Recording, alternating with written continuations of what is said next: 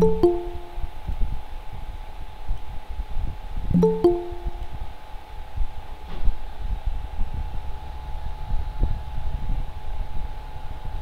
are you able to see the video screen? Yes. Yes. Yes, ma'am. Okay.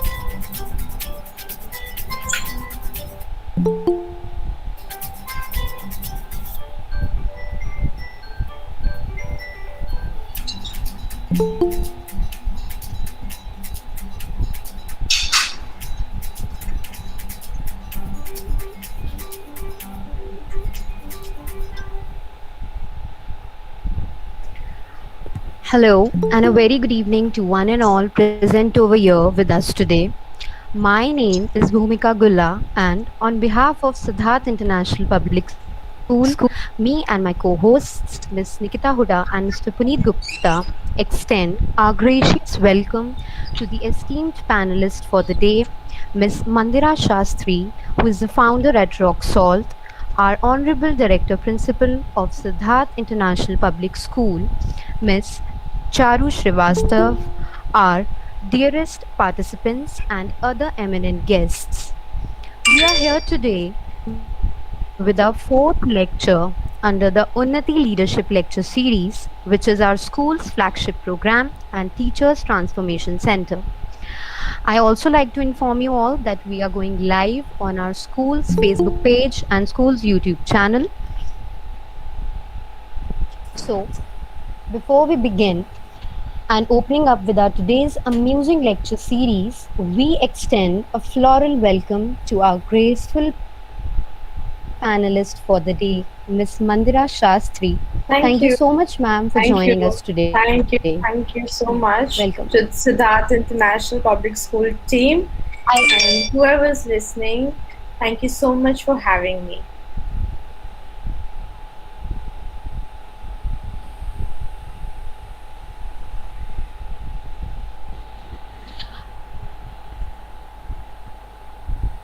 Hiking demands attention, earth. It is a form of worship, a way of giving thanks. Today's lecture will be all about the world of cooking in the form of skill called culinary arts. Proceeding as Shiva's topic, share a glimpse of welcome Tharu ma'am. Thank you, Bhumika ma'am. Hello, everyone. A very warm afternoon as it is, and a very, very warm welcome to Charu. Mandira Shastri. Thank you. I am so glad it was just one phone call, and the answer was "Ha, kab karna hai." So I think that itself says the kind of committed, professional that you are, ma'am. Thank you so much for coming Thank you here for and having sharing me. your expertise with us. I would just like to share a few thoughts with everybody that was running into my mind when this topic came on. That when you look at the history of food, and history tells us that before actually the art of cooking or culinary arts, we were Homo erectus, and only after we discovered this art, we were called Homo sapiens. And we would have been barbaric otherwise. It really civilized all of us, from the recognition of taste buds, sense organs, digestive system, the feeling of craving, friendships, intercultural exchanges, gluttony, one of the 7 deadly sins, literature, media, everything, even colonization, I think, came along with food. And this art form has had an impact on civilization since its beginning, and it feeds the soul, fuels the body, affects the environment. It has inspired artists, influenced politics, and even impacts every part of our life. It's been a subject of fascination and entertainment for centuries. And while the subject of culinary arts may be fascinating to all the people who love food and who enjoy this art form, it is actually the study and the history of food that, all the social, cultural, political forces that are there to shape our palate. And with this, I hand over to Mandira ma'am to share her journey and to share her expertise through a Q&A that has been specially designed for us to learn much from her. Thank you so much. Great, thank you, thank you.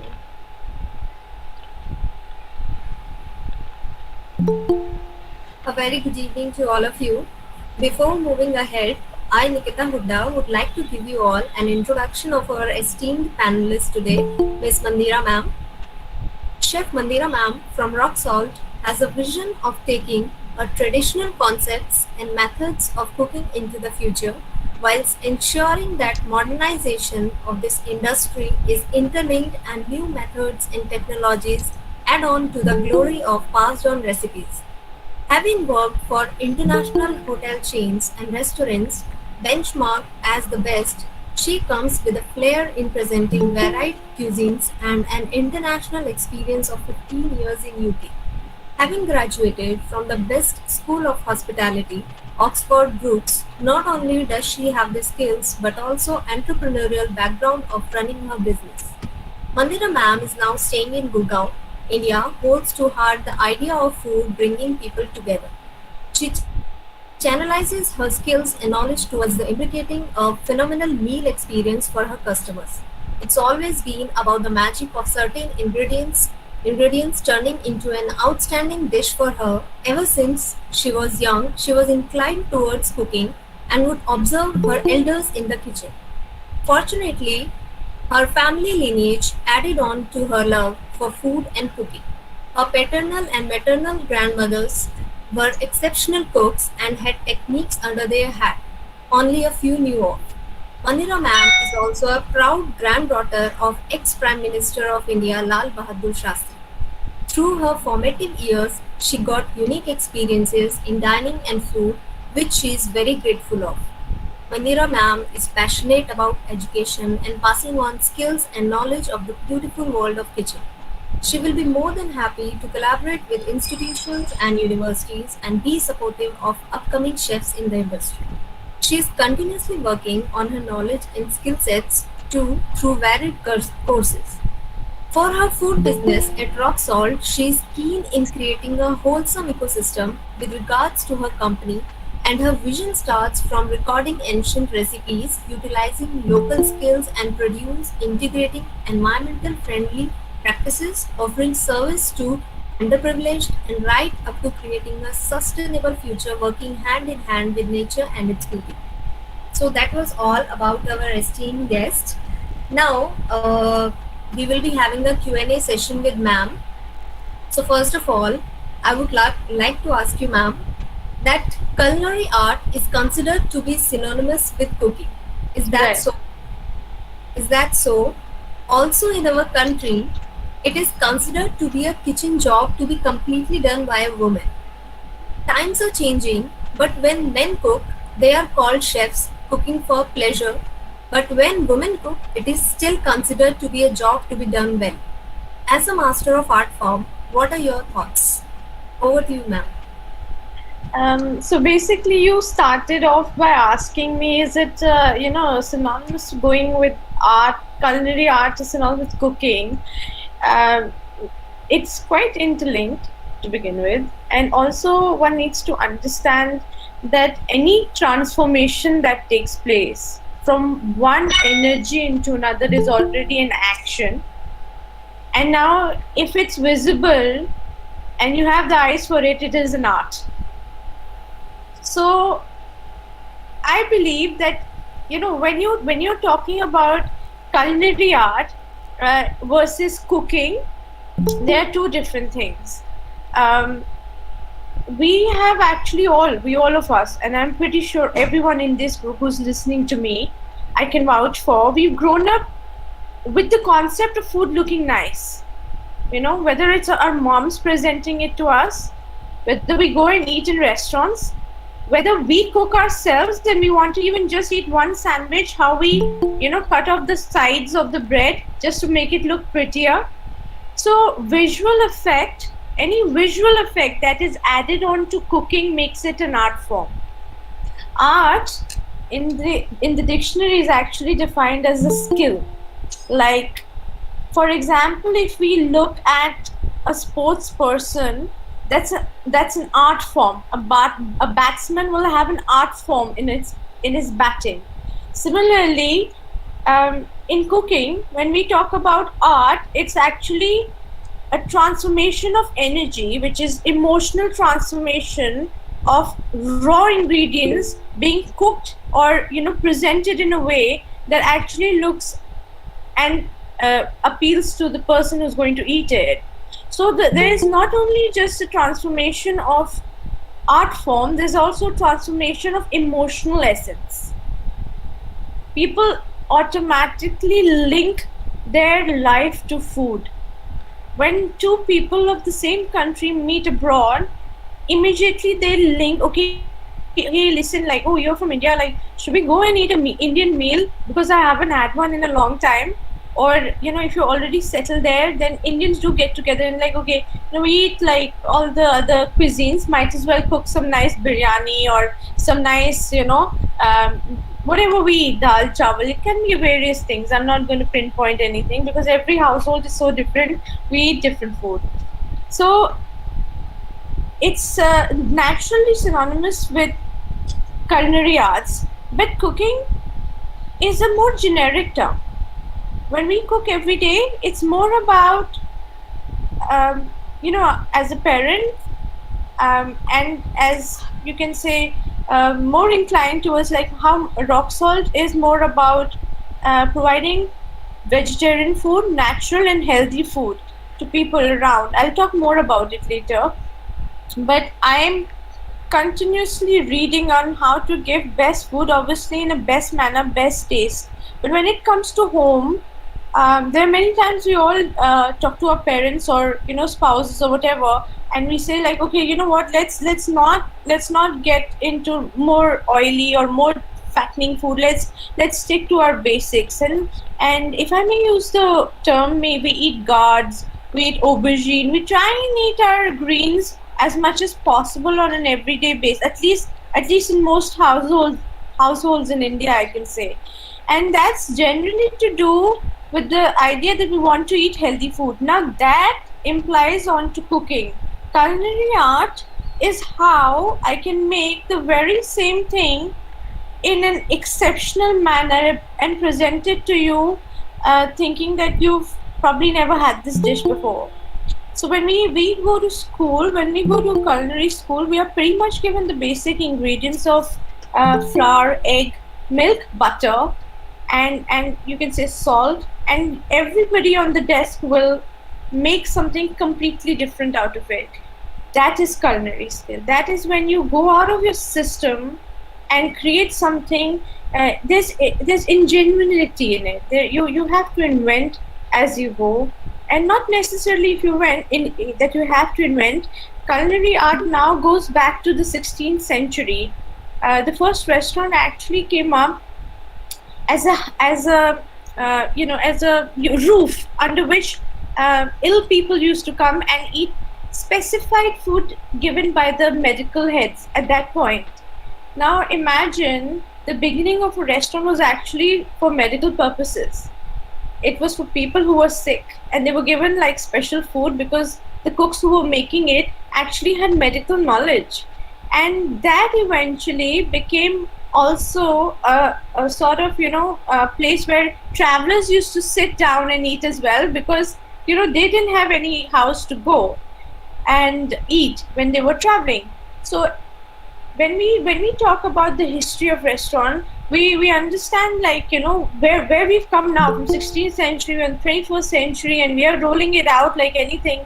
It's a lot of change, development, the wants, the need, I'm a cook, and I'm telling you, my soul feels it that another 1 year I'll have so many new dishes under my menu. It's just that with this constant urge to do better, to do to give more to the people, and there is this extreme satisfaction when people eat your food. Okay, there is satisfaction in cooking naturally because we love it, but when people eat your food and they're like, oh my god, that was amazing, and that compliment stays on with you forever and ever, so that pushes you ahead, and that's the whole idea of culinary arts. And you, okay, sorry, I'm going to the next part of the question where you said that when a man cooks. To be very honest with you, my formative years were in UK, and there is no difference when it comes to a man working and a woman working, whether we're in UK, US, India. Men are considered to be okay about everything, no matter which part of the world we are in. Okay, and I'm gonna say it very openly. I don't want to shy about it. Men, even in hospitality industry, when they come to being chefs, are given respect. I will not say more respect. I think it's equivalent in a way or two. More men are chefs than women. I don't know if you all know that. That's because it's a very extensive work environment. You're making dishes for more than 100 people in one go. If you have to hold soup bowl that you're cooking for 100 people, you need strength for that.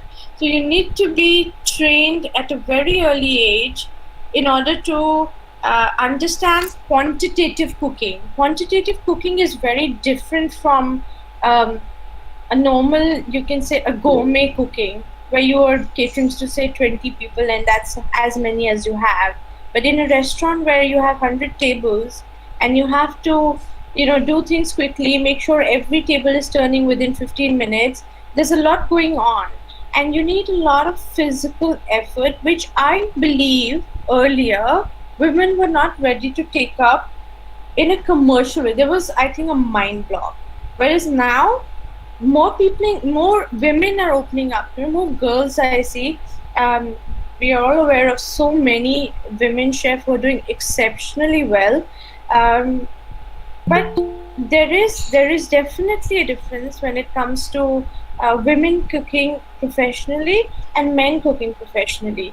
Men in India, they have been more in the industry in terms of hospitality, technically, far more than women, because women actually never got into hospitality a lot because of the late hours, because they had to get married, they were bearing children, and so on and so forth. And hospitality requires you to be 24/7. It's actually more than a doctor's call job, You have to do so much there, and within a minute you can be at the reception, and within the minute you can be sweeping the floor of a guest room because the housekeeper called off. So that's how flexible one needs to be.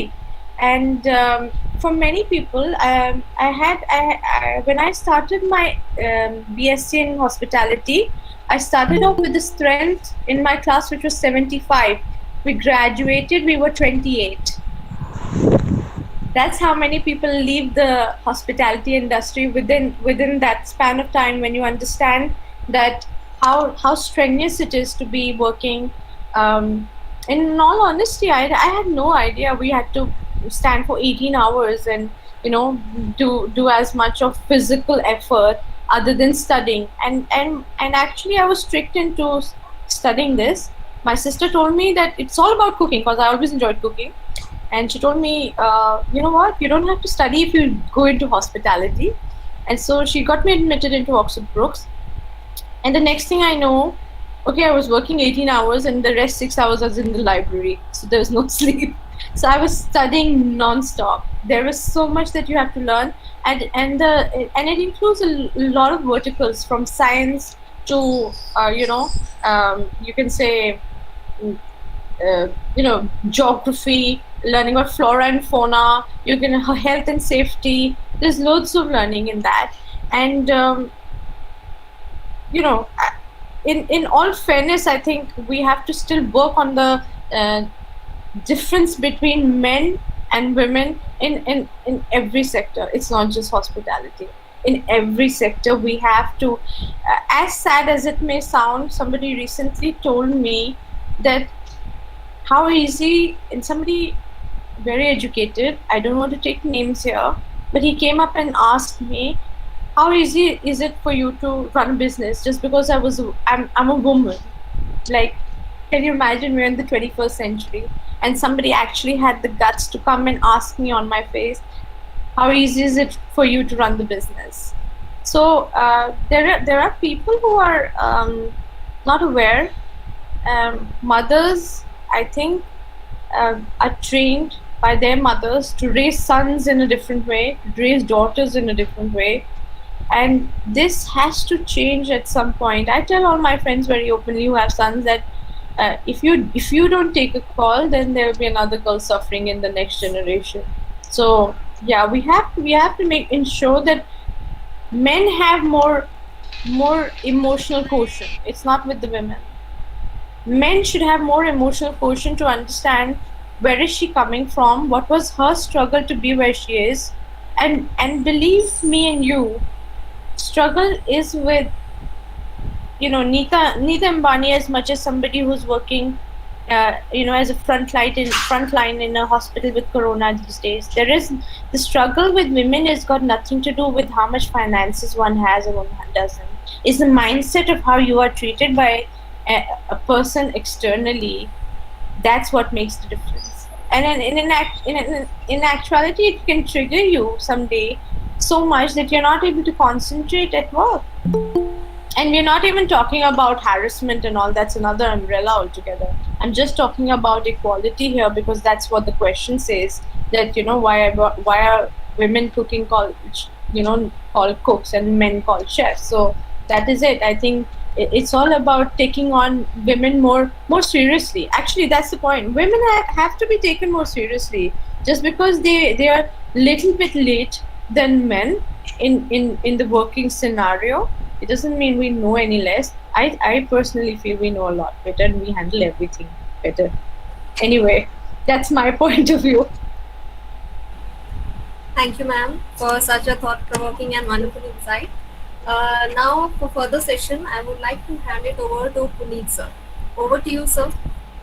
Thank you so much, Nikita ma'am. So, ma'am, my question is, why do we call it as an art form, a culinary art? Why do we call it? So basically, like I mentioned before, there is this basic difference between cooking and art form, which is culinary. Cooking is anything that we may take and maybe we may cook it, we may not cook it. For example, I can take a melon and I can cut it into pieces, add some salt and lemon, add some mint leaves, and that's a salad. But it is still to say a dish that is edible, right? And when we come to culinary arts, the basic difference is what is the transformation that takes place between the raw ingredients and what is finally presented. That is the main concept of culinary arts. Culinary arts is also something that you have learned with in-depth training.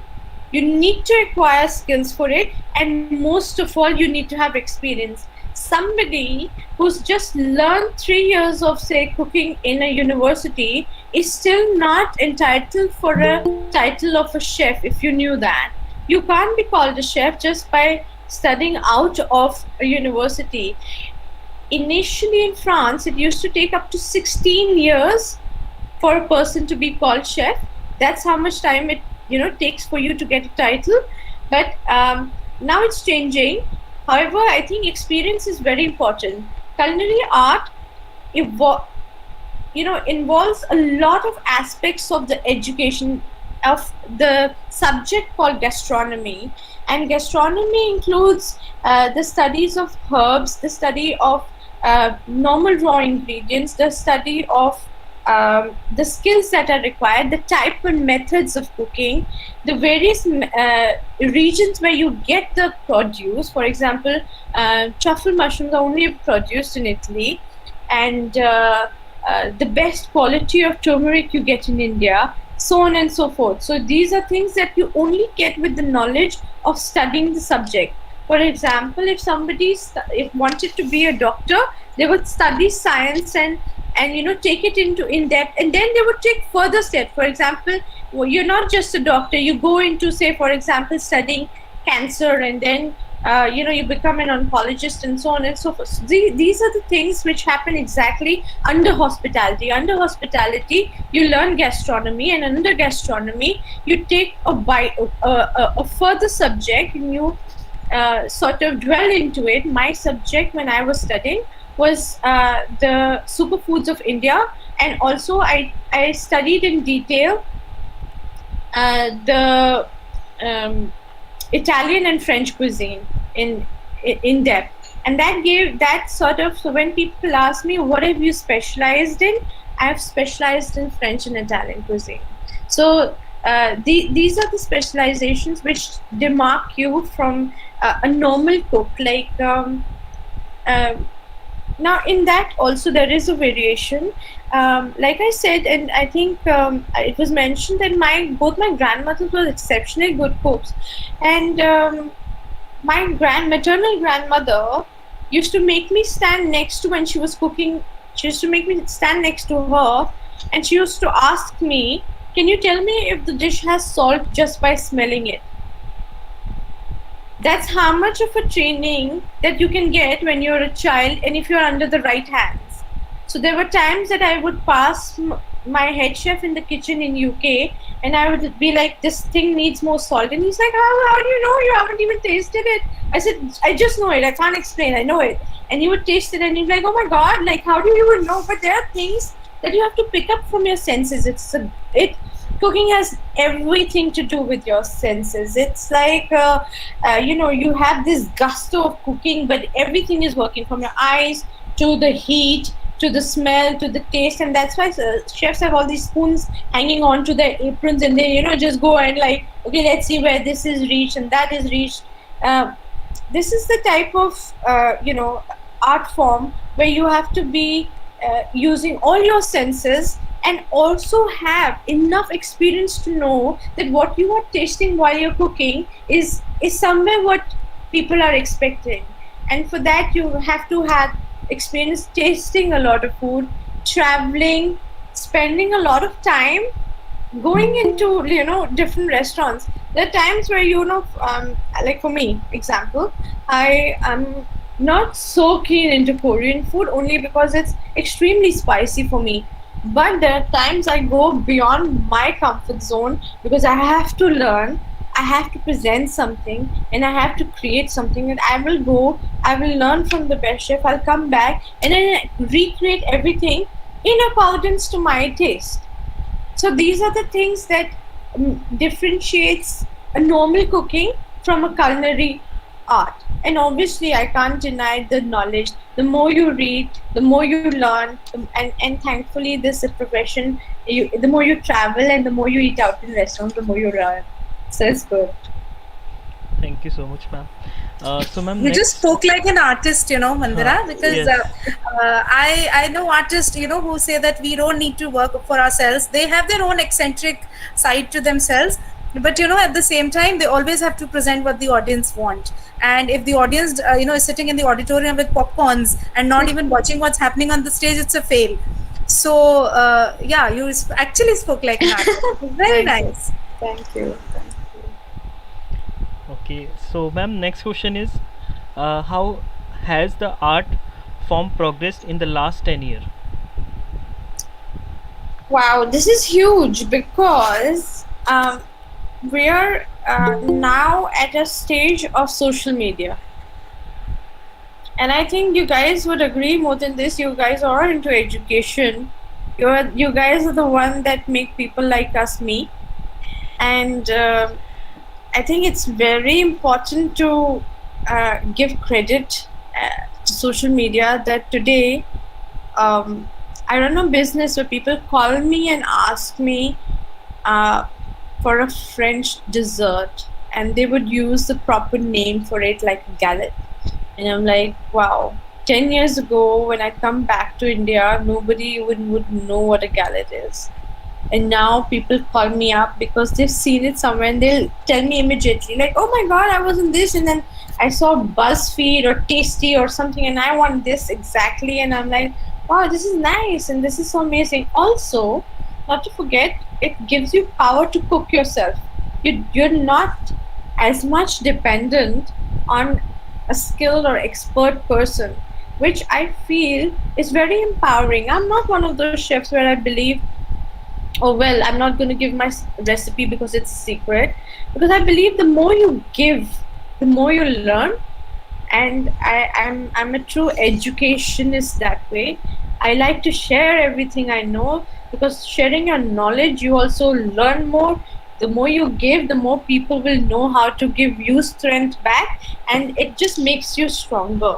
And the idea of food has gone from, say, getting as simple as chili paneer from a restaurant to somebody who, like, we all are making it at home now. And this sort of change has only come about thanks to social media. Social media has also given us awareness, so has internet, naturally.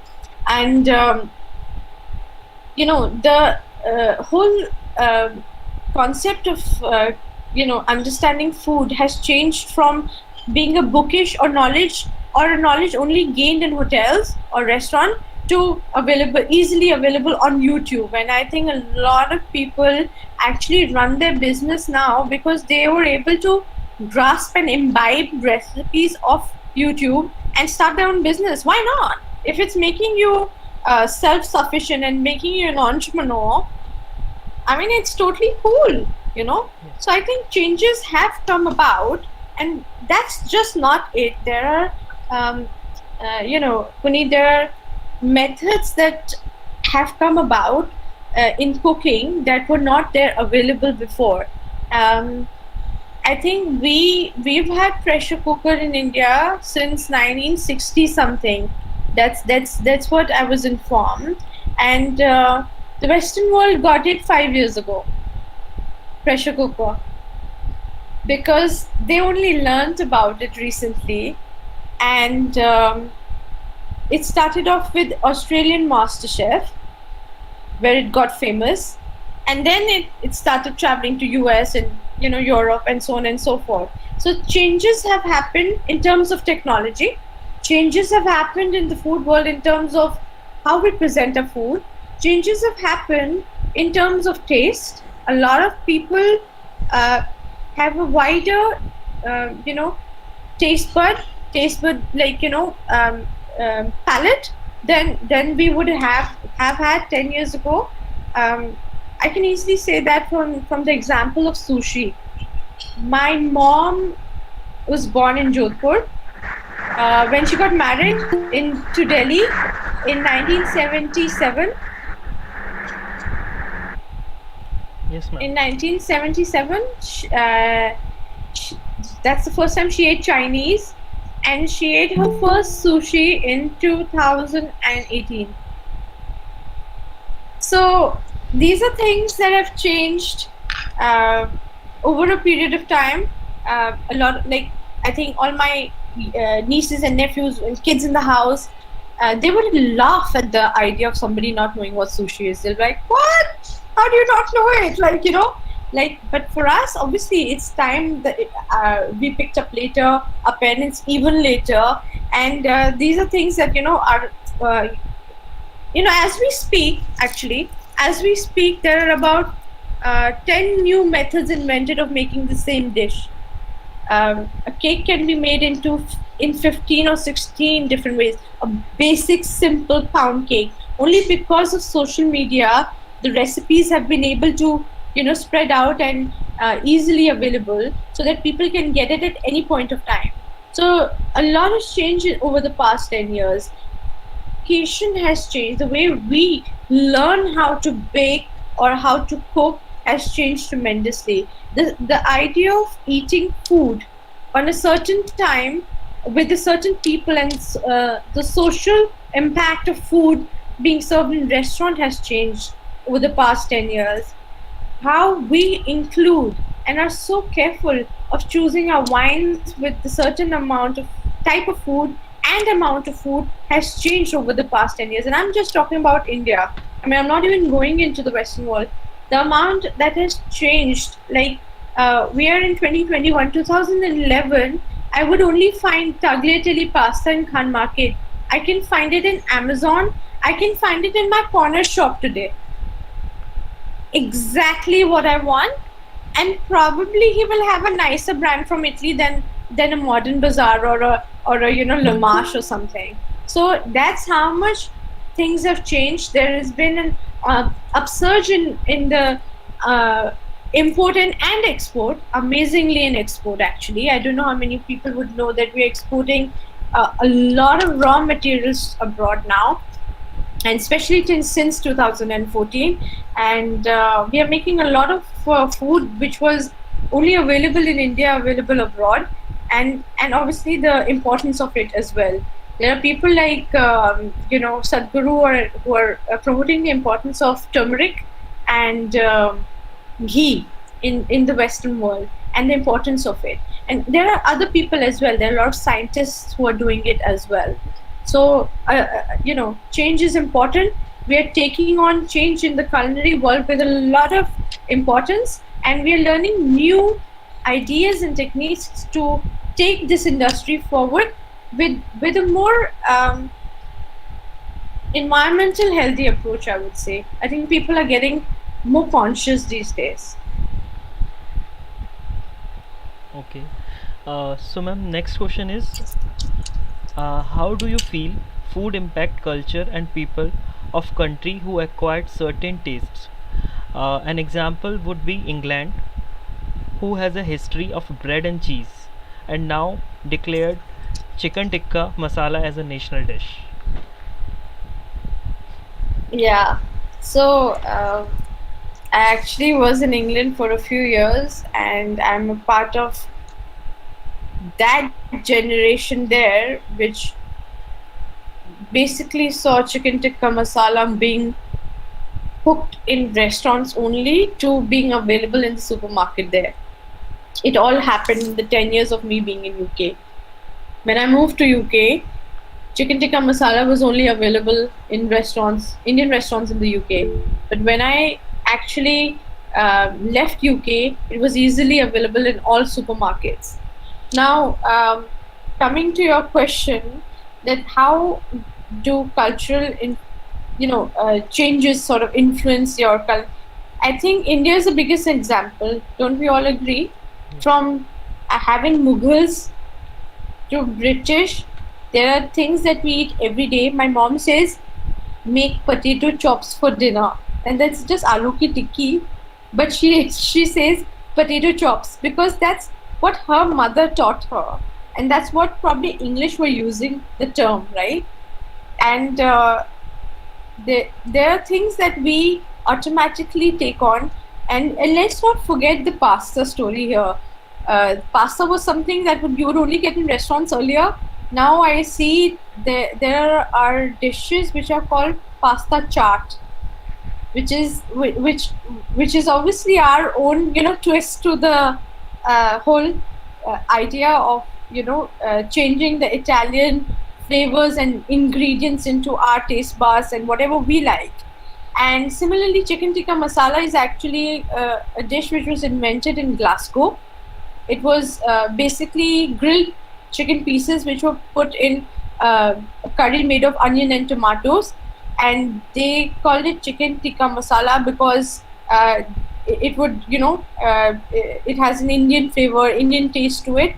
And this is what we do as well. There are lots of things that are going on, and I know this from the tandoori momos also that we get in India, that we take on, and we just try and make everything tandoori. We try and make everything grilled, and have it with hari chutney and pyaz, because no matter what we eat, if we eat a pasta at 7 o'clock in a restaurant, at 11 o'clock everybody will say, I want a kebab roll or something. So this is how we live, and this is how other countries also, I think there is an influence. For example, America is widely, and I think widely would be a very small term to use in terms of how pizza has influenced that country. Now that is Italian. It came over with Italians to from Italy to with Italians to America, and they actually picked it up and made it their own thing, because a pan pizza is actually an American dish and not an Italian. So pan pizza, is a deep dish. It has a thicker crust and all of that. This was totally invented, and it was invented to suit uh, Americans, right? So when we move in, and from a sociological point of view, when we have people of different societies and cultures moving in, let's not do international. Let's even talk about um, South Indians coming from South India to North, and then how quickly they, take on the concept of roti, and they want to have dal makhni and all. And similarly, when North Indians move to South India, I think they fall in love with like sambar or idli or chettinad food and the spices that are going. So this is not just to do with international. This is also very regional, if I may say so. This has got a lot of aspect of things that can be exchanged. And if we really look into the detail of how we exchange food, it's not just because, oh, I like your food. It's because, oh, I want to know you better. Let me try your food. Yes. Yes. So it's got a lot to do with how we as human want to interact with each other and find ways so that we can interact and be a part of the circle. We all want to be part of society, the community, and how we do it is we imbibe onto people's culture. When in Rome, be Romans, so these sort of things, are an actuality that a lot of people, I think you might have heard कि वो जाके वहाँ पे अंग्रेज बन गया.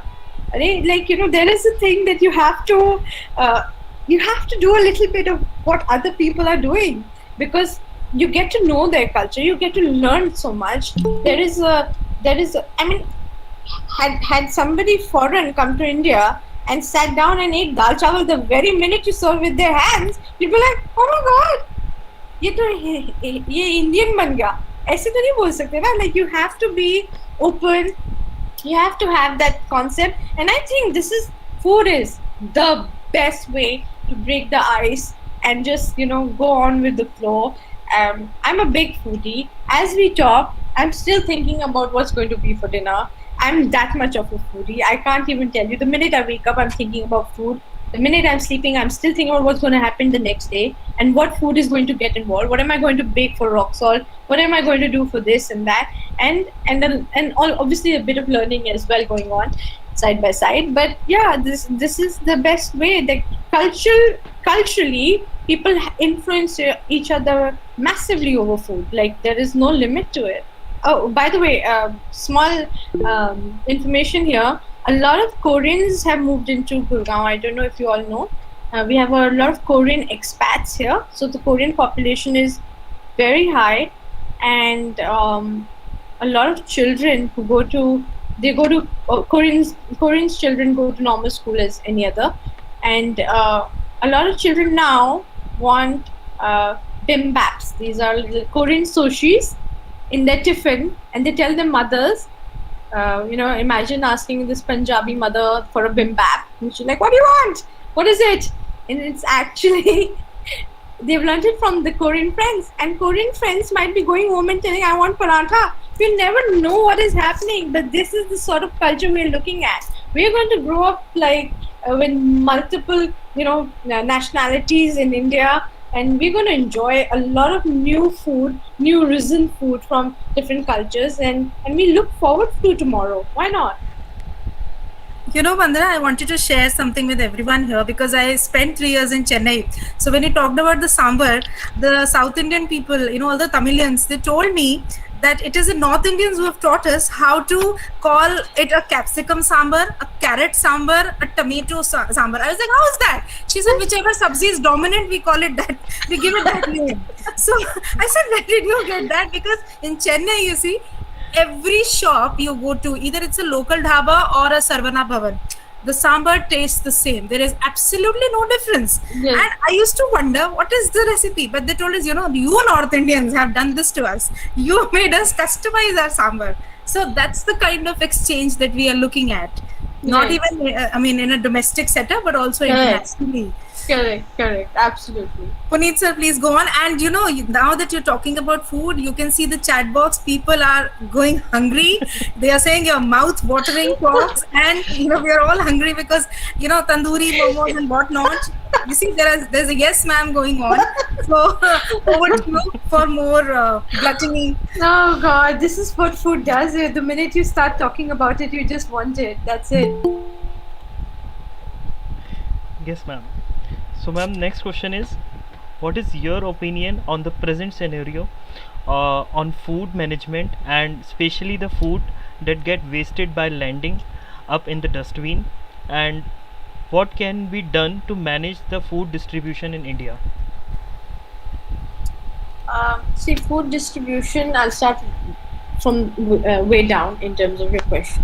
Food distribution is something that our current government is taking very seriously, and they have done a lot of storage facilities. They have built up in the past 6 years, which was absolutely absent in the past 60 years. And they're working very hard on it. And they've also introduced technology in the cellars to retain the quality of the grain as and when it's harvested, rather than curing it with chemicals post sealing, in terms of the difference. So there is a lot going on. The distribution cycle has also been cut short by the government, where you don't have the middleman anymore as much. So whatever the farmer wants to sell, they sell directly to the nearby places and earn a good living. And a lot of schemes have come out under the Pradhan Mantri Yojana regarding the same, and these are all available on the app called Umang. So if anybody wants to read more on this is an excellent app, because I go there and I read a lot on what are the farmers getting, what are the people getting in terms of who are also in the distribution, because nobody would like the businesses to be taken away. So distributors have also got a new set of agendas under the hat, which requires them to hold on to only a certain amount of quantity in terms of cereals and vegetables, etc., which they can then further sell on to themselves, making them an entrepreneur. So that's also a very big thing that has been achieved under this government.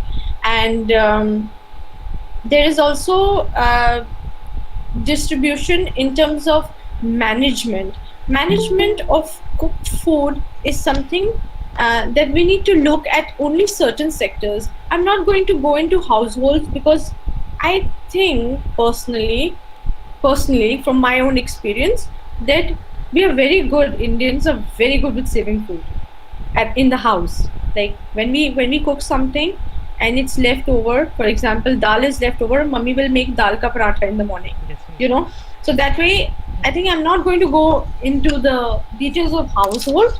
I will give you a quick story of my grandmother.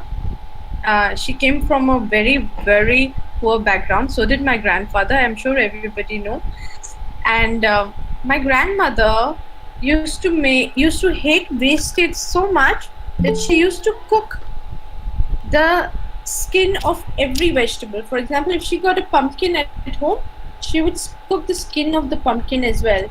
And today, pumpkin skin is a delicacy abroad.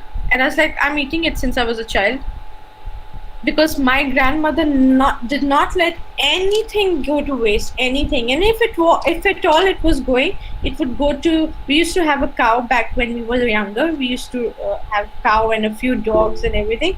So they used to get a lot to eat as well, and as pets. So that way we managed. So now coming on to more of how food management has to be taken care more in the corporate sector, where there are canteens going on, where there is food given on daily basis. Hospitals, corporate sector, maybe the armed forces, and I think the armed forces are very strict. I need not say and anything about them. They are very moral in their own being. I think it's more with the corporate and hospitals. I think hospitals also manage in a way, but recently I did come across a management staff who spoke about having a quantity portion control in terms of what was being given to the patient. Now, what they did was they got in touch with all the dietitians in the hospital. They all got together. Let me include schools as well. Schools also give food. So I'm not sure what you all do, but I'm sure there must be something. So going back to the hospital, the dietitians then drew a generic diet chart for each type of person, like a person with no ailments, probably just admitted, say, for delivery and all of that. Then diabetic, then blood pressure, cancer, just the big umbrellas got into place. A diet was made for them. And then when they got admitted into the hospital, the dietitian would walk up to them and ask them in person, what all would you enjoy eating in the given menu? And the patient would tick off whatever they like. And in that too, very limited and controlled portions were given. Obviously, because you are sick, you should eat small portion anyway. But other than that, also small portions were given. And the patient was told that if you wanted more could be got onto the tray. But let's stick to this portion at the moment. And I think when we come to the airline industry or the hotel industry, in the hotel industry, the staff food is made very specifically and in terms of quantity as to how many staff will be available during the day. In airline industry, I think I've seen the difference. I don't know if everybody else has. When we were growing up and we were traveling, when I was say 7 or 8, there used to be a big portion of say juice as well, and then there was bun as well, and maybe some cutlets, and then main course, and lots of desserts, 3 or 4 type of desserts. Now, whereas if you travel airline, there's probably one little tiny sandwich they give you, and maybe if you're lucky, you'll get a juice. So portion control has been automatic in airline. This is not nothing to do with wastage, more with money. They don't want to spend money, and that's not my call. I'm just giving you an insight into airline industry, why they've reduced the quantity. And Tata Steel is one of my most favorite examples. What Tata Steel did was they actually held up for big banners and posters in every staff canteen saying, this many, yesterday we wasted so much food, and it was always running in tons. This many tons of food was wasted across entire Tata Steel India offices. So people started getting, jilted right at their faces, like, oh my God, we're wasting so much food. People automatically change their portion size to today when Tata Steel is zero waste. They don't have waste in their corporate staff canteen. I think this is all about educating how you put across, rather than saying, to somebody who's taking food, oh, listen, please take small portion. That's so offensive. It's all about putting it on your face and very logically, and also explaining. I always say this, and I may share a small incident. I was in Bombay recently. I called up the housekeeping staff because it was a crazy Corona time at that point, and I said I'm not going to have my meal in the restaurant, so I wanted a room service. And I said, do you have child portion? And they said no, we don't have. And I actually had to speak to the management that point, that you need to have child portion for children. You can't expect them to have an adult portion. I mean, leave children. I eat a very small portion myself. Forget a child eating an adult portion. I'm sorry, but we come from a country where my grandfather had to ask everybody to fast on every Monday so that we could get over poverty. I'm not gonna just, walk all over his dreams and tell everybody it's okay to waste food, or it's very fashionable to order extra and leave it. And I think these things are so senseless. And I don't believe in wasting of food, and I don't believe in anything which is making me more superior over the other just because I have the money. That I think doesn't work in my brain. It shouldn't work on anybody else's. It's not fair. We see every day on our roads how children are still begging. We are not a begging free country. We are not a country where people are above average wages, daily average wages. We have to think logically, and that's why managing food, preparation to delivery has to be almost perfect. There are also flaws in technological department there, where we don't have good technology to store food from production to delivery. So we are working on that. There are a lot of achievements we've had in that as well, but it's a long way. We should always look, but again, as much as possible.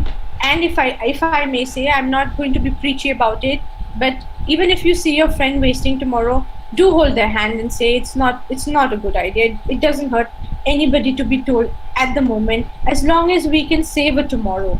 Only if we have a tomorrow. We can only have a tomorrow if we are smart today. So that's very, very crucial. Yes, ma'am. That was inspiring. Thank you. I am going to request Puneet sir to kind of cut down on the last question that he has on the list, because we have participants who are eager to ask you questions.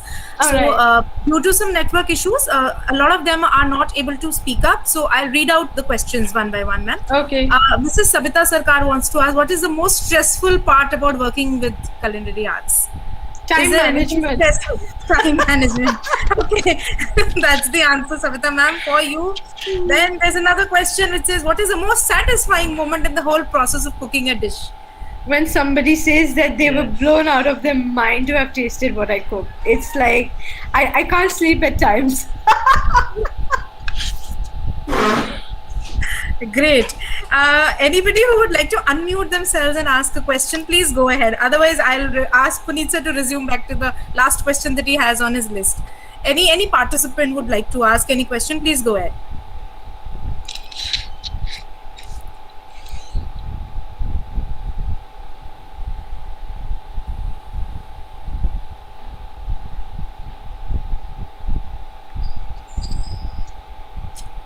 Okay, Puneet sir, so over to you. Back to your questions list. Okay, ma'am. So, ma'am, last question is, what advice would you give to people who wish to pursue hospitality and culinary art as a career? Wow, I think never join the industry thinking it's just about cooking like I did. You have to study a lot, as in I can't even explain. I'm still studying every day. You have to study a lot. I have only one thing to say. You should take up this industry if it's your passion, and any other, for rather any other. Do what your heart says. I don't know. We used to have, and when I was in university, we used to have speakers come and say that we are very blessed to do what we love. I didn't know what it meant till I am here today talking to you. I'm not just blessed. I think I feel I'm the luckiest girl walking on this planet to do what I love. And I'm one of those people, if somebody said like, okay, somebody wants a decadent chocolate cake at 3 a.m., I'll be like, yep, getting ready in 3 hours, I'm bringing it out. So it's that much passion you should have for it. You should love it to an extent where you want to learn new things about it. You want to constantly grow. You want to constantly have immense knowledge over it. And it's just not knowledge. It involves your emotions. I take my work so seriously that I don't talk to anybody when I have an order, just in case they disappoint me. There will be a disappointed energy in me which will get transferred to my food. So I don't let that happen. I don't talk to people. I finish my work and then I resume my family meeting or whatever, sit down, tea, coffee, lunch, dinner, whatever it be, I'll miss everything till my work is not over, or I'll eat on the side. And even my staff who work with me, they know very clearly that the only question they can ask me is about work, and there is no emotional stuff going on. And end of the day, we all get together, we speak about how the day went, what did we lose, what did we learn, and we also talk about emotional stuff then. Like, so, if somebody's parent or family member had been taken by COVID, and how were they coping, if we could help, and so on and so forth. So you have to take work in a way where you can keep everything aside when you're working. I think ethics also involve the idea that you are not just giving food out, the food has to be made with your heart. Commercializing food to an extent where you're just pumping food out is not my idea of food, because food is the first thing other than the mother that a human knows, and the child and his or her connection to the mother is food. So food is so crucial that you cannot pull the love out of it. And if you pull the love out of it, there is no looking back. So I'm not saying somebody who's making commercially is doing a wrong job. I think somebody who's doing commercially can also put in equivalent amount of love into it, as long as you love it. I think anybody who's touching food, it should be absolutely important that you love to cook, and so much so that you're able to give it to the masses. Not that, I'm not talking about mothers. Mothers can have a foul mood every day and cook. That's fine. They're mothers, but I think when we are talking about giving food to people who are purchasing from you, then you have to be careful about health and hygiene of the product. Sourcing of the product should be natural, and it shouldn't harm the process by which it has got up to you. Then the equality of how the fair trade has been processed, and naturally emotions, which very few understand, but I think it's one of my most crucial subjects these days that I'm studying on, is the emotional impact on cooking, and what is the outcome of a person's food production at the end of the day when they have not been in a good mood. Mandana, while you were talking about it so passionately about how you prepare and you have to give it out, so there's a lot of love and compassion that comes along, while you cook. And we are educators, so I was just drawing up the analogy to what educators do, because school is a home away from home. And I'm sure all my members here who are educators here who will agree with me that when we prepare for a class, we actually prepare a plan. So it's like our recipe that we are giving out. There has to be lots and lots of love, lots of care, lots of compassion, lots of concept clarity that has to come in. You just can't put anything and give it away. So it has to be plated well, planned well. Like you said in the beginning, it has to look good. So your lessons, for example, have to be engaging, and they have to be fun.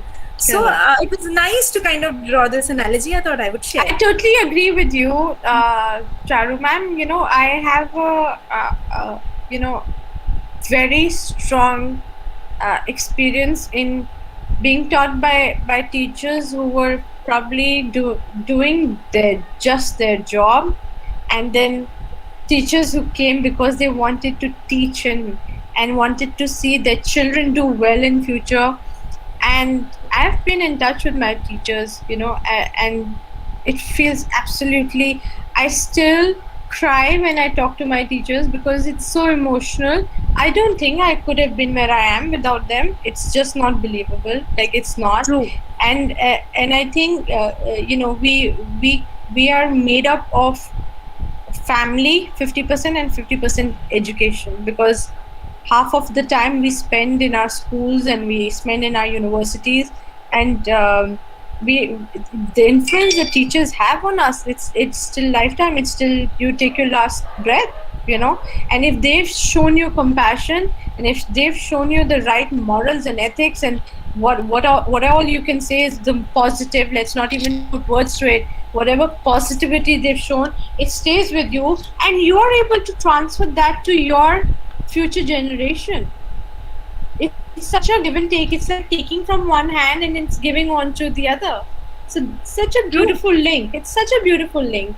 And you know, I may say this, that a teacher has full power to make you into something you would have never imagined. Never. I was one of them, and my teachers changed my point of view.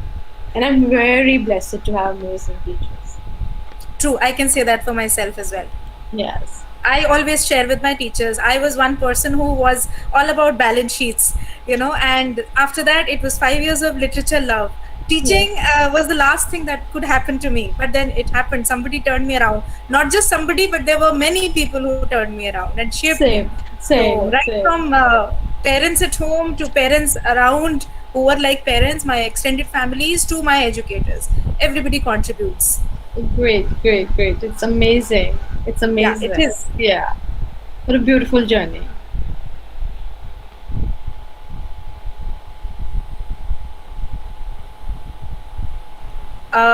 Nikita ma'am, I don't think there are any more questions coming, even in the chat box. Yes, ma'am. Okay, so as we have reached about to the end of this event, so first of all, I would request all the participants to please fill the feedback form that has been shared in the chat box by Puneet sir. We would like to have your responses for this session. And once a great man whispered, feeling thankfulness and not expressing it is like wrapping a present and not giving it. Today, I take opportunity to put all my gratitude into words. So, on behalf of SIDDHARTH International Public School, I would like to thank our eminent guest speaker, Ms. Mandira Shastri ma'am, for taking her precious time out. Your passion has been so infectious that we are sure we would all be hungry by now and would be cooking our meals with more love and compassion. So, thank you so much, ma'am. You have inspired us all. Thank you so much. Thank you, everyone. I love being here, and I wish everybody on SIDDHARTH International School team a very, successful future with teaching, with educating, and with a lot of love in every field of your profession and personal lives. It's amazing to have been here. What an opportunity. Also gives me time to reflect on what things are and how things are moving in our sector in terms of education. Please feel free to be in touch with me on my Rock Salt page. You can get my contact number also. I would love to, talk more in detail with anybody needing to know more about the industry or taking it up after the 12th standard. Please feel free to contact me. Do share my contact details with all the children. I would be happy to help. Now we are going to grab you for a session with our students. Absolutely. I would love to. It would be so much fun. Thank you, ma'am. And thank you. I would also like to thank our respected director, principal ma'am, for giving us this opportunity and the guidance, and also to my co-host Bhumika ma'am and Puneet sir for their cooperation and support. Lastly, a big thanks to all the participants for showing their interest in the program and making it successful. Thank you so much, everyone, for joining this session. Thank you so much, ma'am. And I cannot end this session, participants. Just a moment. I cannot end this session, before thanking all three of you. Unity has been a vision, like I always say, and you need people. You can't be always a one-man army. You need people to drive it along with you. So, two is a company, three is a crowd. So, three of you who have pulled it off. This is the fourth lecture successfully running, and if you see people who believe in you, like Mandira ma'am said, if you need people who appreciate your food, they praise your food, and that's where satisfaction lies. So here, with all your support, thank you so much for making this a grand success. All three of you are my superstars. Keep rocking. Thank you, ma'am. Thank you. Thank you, ma'am. If someone has missed the session, we all can revisit on our YouTube channel and the Facebook page. It has been live there. Great. Thank you, everyone. Thank you. Thank you, ma'am.